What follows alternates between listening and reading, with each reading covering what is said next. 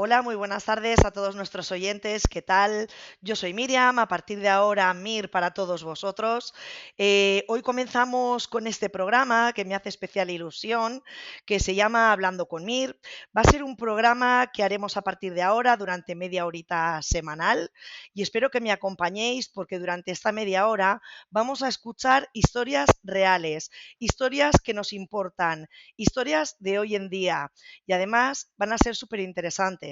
¿Por qué? Porque quienes nos las van a contar son los protagonistas de las mismas.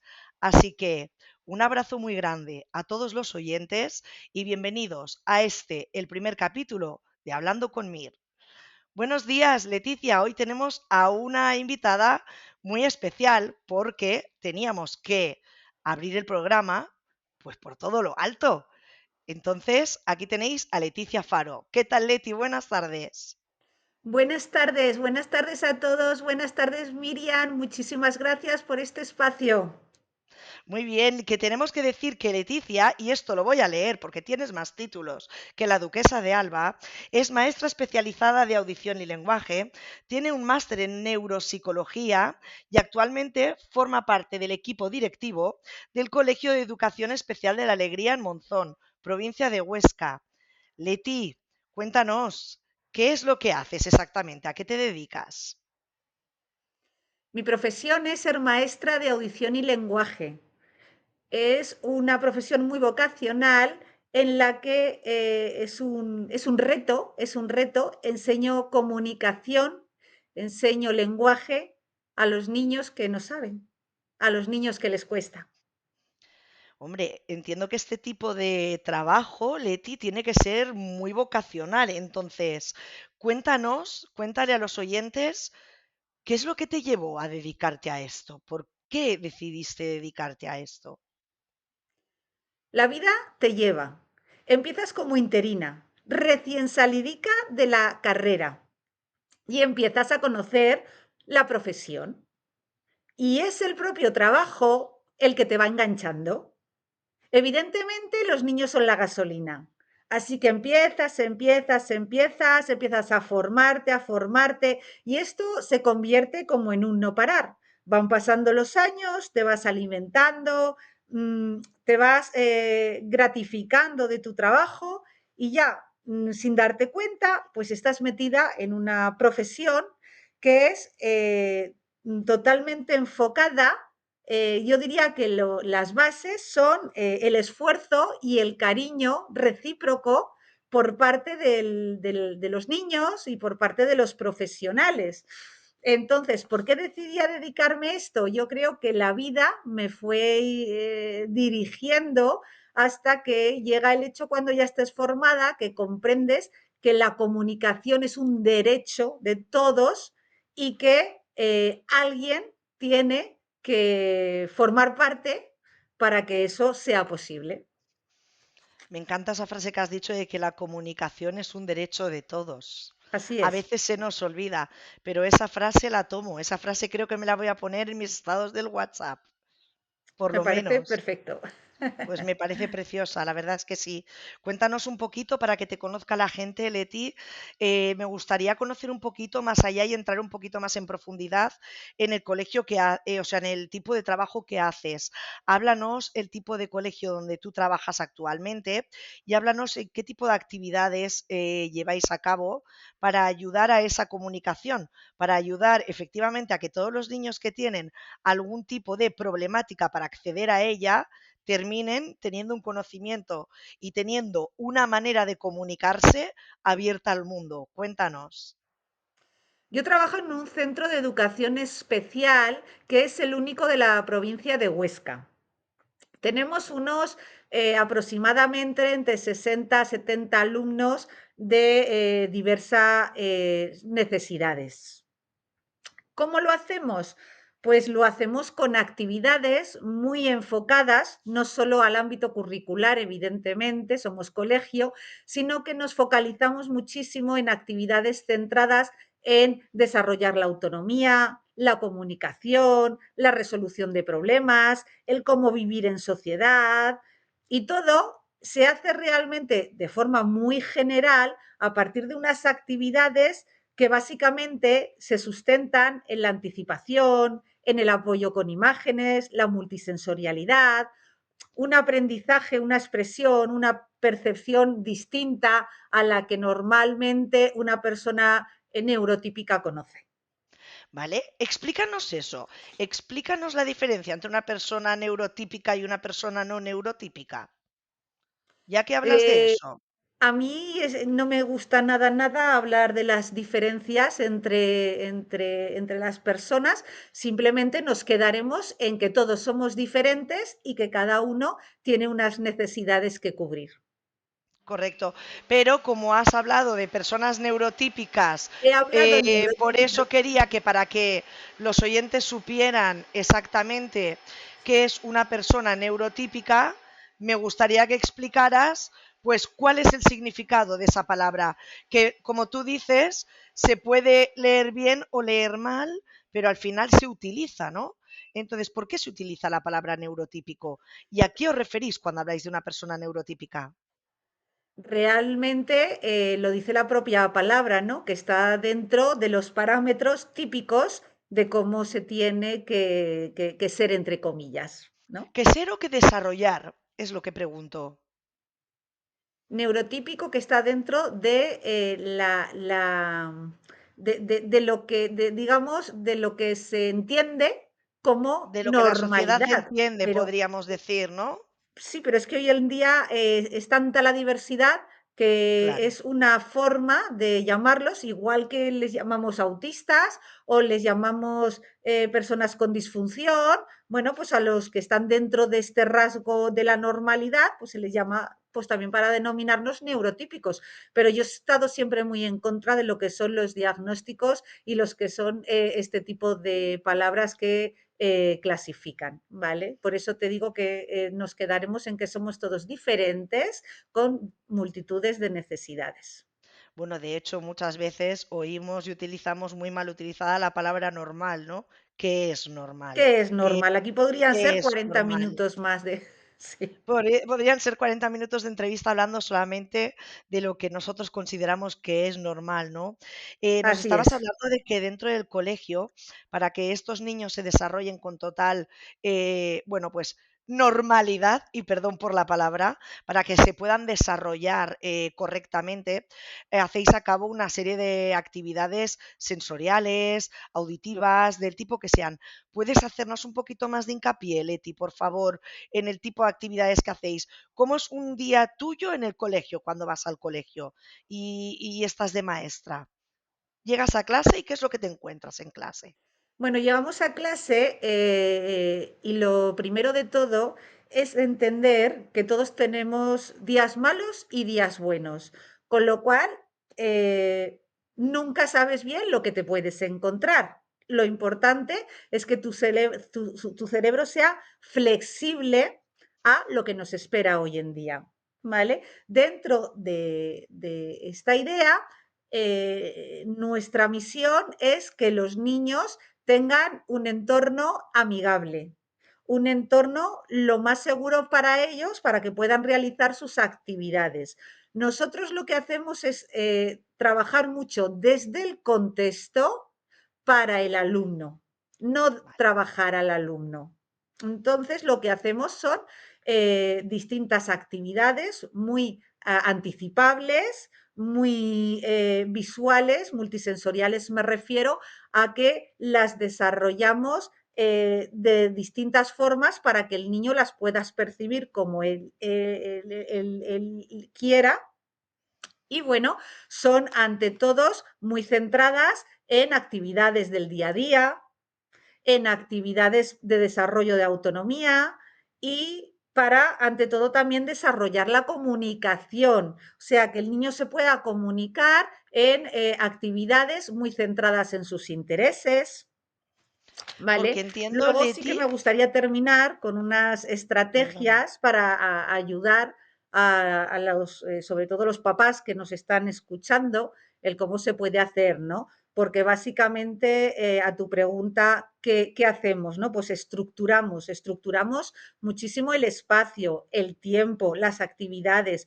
Trabajamos mucho a partir de las rutinas, Marcamos actividades con límites muy claros, atendemos los gustos y los intereses y creamos en definitiva un entorno seguro y predecible. Damos alternativas al poder de elección, muy importantes. Y en definitiva, también importante, así como desarrollamos contextos amigables, evitamos contextos que puedan generar tensiones. Muy bien, Leti. Una De, pregunta, porque yo no sé si es gracias a la labor que estáis haciendo los docentes de educación especial o no, pero sí que es verdad que me estoy encontrando cada vez con más casos de papás, a lo mejor también es por los entornos en los que yo me estoy moviendo, con más casos de autismo. ¿A qué se debe esto? uf, yo aquí ya no puedo entrar porque son muchas investigaciones que se están haciendo, hay con más sentido, con menos sentidos. Pero estás de acuerdo con que están Que hay más metiendo en el saco casos, del autismo, hay más casos ahora en los últimos años que hace, por ejemplo, 15 o 20 años? pues mira, ¿O es no te precisamente lo, gracias a vuestro trabajo y porque se está investigando más que se están detectando más esos casos? No te lo puedo decir con certeza porque yo en aquel entonces todavía era una estudiante, con lo cual todavía, si me lo preguntas dentro de 20 años, sí que podré hacer un análisis comparativo. Sí que es verdad que se dice que hay más casos, ¿vale? Pero es algo que yo todavía tendré que esperar a tener 20 años más para poder contrastarlo. Bien, una cosa, Leti, precisamente esta pregunta venía a colación de la siguiente y es que, dado que cada vez me estoy encontrando con más personas, no digo que haya más casos o no, por eso te preguntaba a ti que eras la experta, pero sí que es cierto que cada vez me acerco más a padres y madres a los que les están diagnosticando a sus hijos o autismo o una lentitud madurativa o otro tipo de casuísticas diferentes, ¿no? ¿Qué le dirías a un padre? Porque algunos los veo muy desesperados. ¿Tú qué le dirías a un padre o a una madre a los que a su hijo o hija lo acaban de diagnosticar de autismo y sienten miedo y sienten nervios y no saben por dónde va a ir la cosa? Tú, como profesional, ¿qué les dirías para tranquilizarlos? Sobre todo, les diría que el autismo no es una discapacidad. Estamos hablando de una condición, una forma de ser. Y hoy en día tenemos muchas formas de ser. El autismo es una forma de ser más. Sí que es cierto que, como todas las formas de ser, pueden tener discapacidades asociadas. Ojo, entonces ya no estamos hablando del propio autismo, estamos hablando de autismo con alguna discapacidad asociada. Pero si le diagnostican de autismo, es una condición, no es una discapacidad. El autismo, dentro de esa condición, es un espectro. Es un espectro y ¿de qué depende ese espectro? Básicamente del apoyo que los niños puedan necesitar. Entonces, sabiendo que es el apoyo del niño que necesita, yo a los padres le diría que, como está muy condicionado por el contexto, que se centrasen no en lo que es el niño, no en el diagnóstico del niño, sino en vamos a hacer un contexto amigable para que nuestro hijo pueda adaptarse en sociedad, lo máximo posible desde sus fortalezas. Entonces le diría, no os centréis en el diagnóstico, centraros en crear un buen contexto para él y enfocaría en crear un contexto que estuviera básicamente enfocado en la estructuración, en las rutinas, un entorno Importantes las amigable rutinas para este tipo de niños, ¿verdad? y Las muy, rutinas muy son la base, afectivo. ¿no? Mm. Sí, Y muy, mira lo que estás diciendo, y muy afectivo. y muy afectivo, porque ya estas teorías de carne de hace mucho tiempo que decían que nosotros somos muebles para el niño autista, están ya Un poco afortunadamente ya desfasadas, ¿no? muy desfasadas y afortunadamente ya muy olvidadas. ¿M? Porque cuando hablamos de grados dentro del autismo, es lo que tú dices, o sea que no es que haya un grado de autismo, sino que es el grado de discapacidad que puede ser por otra condición diferente al autismo, o efectivamente en el autismo existen grados, como estamos Dentro del acostumbrados a oír. autismo, dentro del autismo sin discapacidad, estamos hablando de un espectro que depende de los apoyos que este niño necesite para vivir en sociedad. Vale, Mm. única y exclusivamente, y esto no tiene nada que ver con ningún tipo de grado, porque lo que tiene que ver con un grado entendemos que es una discapacidad. O sea, por lo tanto, si una persona tiene autismo, pero no tiene ningún tipo de discapacidad, no tendríamos por qué ponerles un grado, ¿no? Por hablarlo, por decirlo de alguna Sí manera. que, sí que se ponen grados, pero a mí personalmente no me escucharás nunca ponerle grados al autismo porque Mm, lo conozco, sé que es un espectro y sé que nadie, ninguno es igual, todos somos diferentes. Con lo cual, sí que los, digamos, organizo según las necesidades, pero desde luego que no hay ninguno igual. Somos todos, son todos diferentes, son un espectro y me atrevería a decir que los neurotípicos podríamos aprender también y mucho de autistas de alto nivel que tenemos.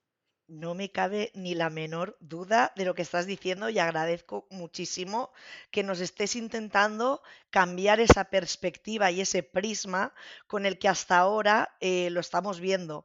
Nos lo estás explicando muy bien, ¿no? ¿Qué le dirías a la sociedad? A la sociedad le diría lo mismo, que nos pusiéramos unas gafas inclusivas y dejáramos de decirle al niño autista que se comporte como nosotros queremos que se comporte, desde nuestra visión. O sea, dejemos de ser tan egoístas. Lo que tenemos que hacer es, sí, pedirles que miren desde nuestra visión, pero también nosotros ver desde la visión de la mente autista y A de eso se esta le llama manera empatía, entendernos ¿no? mutuamente. A eso se le llamaría empatía. Sí, Podríamos hablar pero de es que, empatía en este caso. sí, pero es que lo que hacemos es, como tú eres diferente, yo te pido que tú hagas lo que yo debo de hacer porque socialmente así me lo han enseñado. Y no Claro. nos damos cuenta de que estamos pidiendo lo que no estamos nosotros dando. Mm, Ojo. correcto. ¿Vosotros en el colegio conmemoráis el 2 de abril, que es el día reconocido como el Día Mundial sobre el Autismo? ¿O no lo celebráis? Se celebra, pero no se enfoca en el autismo. En el centro de educación especial, bueno, yo creo que no solo hay autismo, ¿vale? En los centros de educación especial tenemos muchísimas otras causas y evidentemente o celebramos todas o no celebramos ninguna. ¿Y en vuestro caso qué hacéis? ¿Celebrarlas todas o no celebrar Nosotros ninguna? celebramos el día de la se le llama el Día de la Discapacidad, pero vuelvo otra vez a palabras horrorosas que tendrían que sacarse, ¿no? Eh, mm, Que tendrían que estar excluidas tendrían de que lo estar excluidas. que Hay es palabras que ya. no tendrían que existir. Estoy de acuerdo contigo. No hay palabra más Eh, fea que la discapacidad, por Dios, y más yo que llevo trabajando con niños autistas y vuelvo a decir, me atrevería a decir que tienen dones, cada uno el suyo, porque somos todos diferentes, que sorprenderían. qué bonito. Y no me cabe ni la menor duda. Leti, ¿qué más te gustaría aportarnos? ¿Qué te gustaría decirle a nuestros oyentes acerca de lo que hemos estado hablando hasta ahora y que no tenemos claro? ¿O qué te gustaría puntualizar?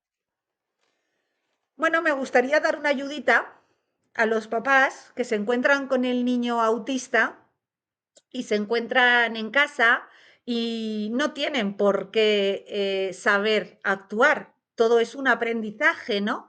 Entonces me gustaría darles, nada, unas pequeñas pautas para que el niño funcionara mejor. Básicamente decir que son 3 estrategias, pero muy efectivas. Entonces, sería básicamente una estrategia de estructurar el espacio, una estrategia de estructurar el tiempo y una estrategia de realizar unas actividades, digamos, más organizadas que los niños neurotípicos, ¿no? O sea, centrarnos en lo que son todo, lo vamos a anticipar y todo lo vamos a desarrollar de forma multisensorial. Vamos a poner algún ejemplo. Por ejemplo, ¿cómo podemos estructurar un espacio en casa? Bueno, pues vamos a crear rincones, rincones que el niño sepa lo que tiene que hacer en ese lugar, porque es una mente muy ordenada, muy estructurada. Vamos a facilitarle, vamos a crear ese contexto amigable y respecto al Ujú. espacio, vamos a delimitar. Vamos a delimitar y lo mismo va a pasar con el tiempo.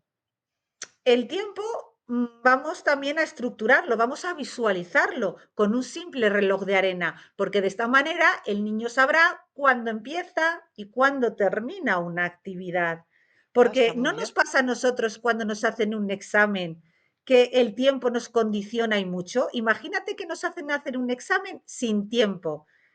Andaríamos locos. Pues esto es lo que les pasa a los niños con autismo, que si no saben cuándo termina una actividad, estamos generando una ansiedad.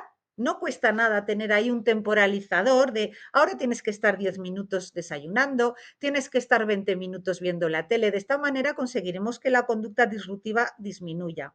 Y lo mismo pasa con las actividades. ¿Qué actividades podemos hacer desde la mente autista? Pues lo mismo, actividades de rutina, muy organizadas, muy estructuradas, muy visualizadas. En definitiva, una rutina muy visual, ¿vale? Es bueno tener un balacín, un rincón sensorial, juegos ¿Cómo manipulativos. montarías tú ese rincón sensorial? Ese rincón sensorial creo que sí o sí tendría que tener Mira. un balancín, muchísimo sensorial, objetos con luces, objetos con diferentes texturas, sonidos, cubos para ordenar. Vale, y la última pregunta, Leti, que te quiero hacer porque me ha venido a la cabeza así, es que ¿cómo tenemos que tratar a las personas que tienen autismo desde la sociedad? Cuando tú te das cuenta que una persona es autista, ¿cómo tenemos que tratar a estas personas para poder darles ese lugar seguro que sí que encuentran, por ejemplo, en su casa? ¿Qué herramientas podemos tener como personas que estamos predispuestas a ayudar bueno, pues a tratarlos, pues como hay que tratarlos, es decir, como algo, como alguien neurotípico igual que nosotros, ¿no? ¿Qué podríamos hacer? Empatía, ponernos las gafas de ver desde los demás. Ya no te digo el autismo, ¿vale? Sino el dejar de centrarnos en nosotros mismos, en nuestras necesidades y en lo que queremos nosotros, porque no todo el mundo opina como nosotros, entre ellos el resto. Entonces, ¿qué tenemos que hacer? Ponernos las gafas que nos faciliten la comprensión de la mente de los demás. Lo que le pedimos a los niños autistas, que es la teoría de la mente, pues mm, dar ese ejemplo, ¿vale? Dar ese ejemplo y entender que, por ejemplo, yo no necesito meterme en una caja negra para tranquilizarme, pero a lo mejor tú sí. Entonces, respetar esa comprensión. Yo a lo mejor no tengo ningún TOC para autorregularme, pero a lo mejor tú sí. Entonces, vamos a ponernos unas gafas de, eh, de comprensión y de respeto. Y que si hay algo que tú no haces, no tiene por qué ser ni malo ni bueno, simplemente es diferente. Entonces, empecemos a respetar esa diferencia. Leti, lo que has dicho es súper interesante. Sinceramente, me pasaría horas hablando contigo y creo que los oyentes seguro que también y que han podido aprender muchas cosas. Así que lo único que me queda es darte las gracias porque sé que tienes una agenda muy apretada. eh, no sé cómo agradecerte que has estado en este primer programa de Hablando con Mir con nosotros y me encantaría que volvieras más adelante. Te emplazo para otra nueva entrevista más adelante para que podamos ahondar no solamente en el tema del autismo, sino también en otros temas. ¿Qué te parece?